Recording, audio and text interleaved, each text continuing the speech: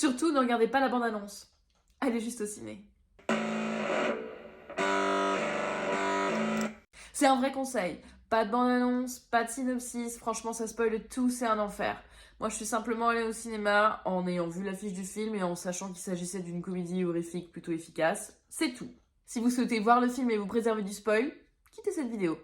Revenez quand vous l'aurez vu. Allez, je suis sérieuse. Companion, c'est effectivement une comédie horrifique qui peut être vue comme un plaisir coupable assez efficace ou finalement comme une fable féministe assez habile et qui permet de traiter de la place des femmes dans la société et des rapports de domination dans le couple. On est sur une ambiance mi-Real Humans, série danoise que je vous conseille, mi-Black Mirror. Lorsqu'on n'a pas l'esprit pollué par le spoil, tout fonctionne dans le film. Les conversations du début prennent une autre tournure à mesure que le twist se développe, tout comme les personnages. Et là, j'ai fait preuve d'une grande naïveté parce qu'au début du film, je me suis dit, waouh, c'est fou comme cette actrice ressemble à une poupée. Ah.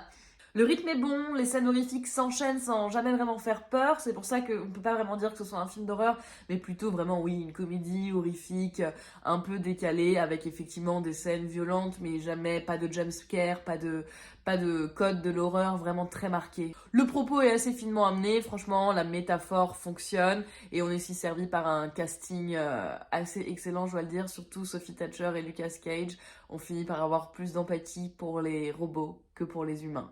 Allez, on va signaler quand même une ou deux petites incohérences de scénar vers la fin, mais très franchement, j'ai pas boudé mon plaisir. Companion, c'est vraiment divertissant, il y a un côté un peu délicieux, un peu jouissif. En revanche, si vous avez déjà vu la bande-annonce, je ne sais pas si on trouvera encore un intérêt à y aller. C'est vraiment de la merde, ces bandes-annonces qui spoilent tout, vous trouvez pas ?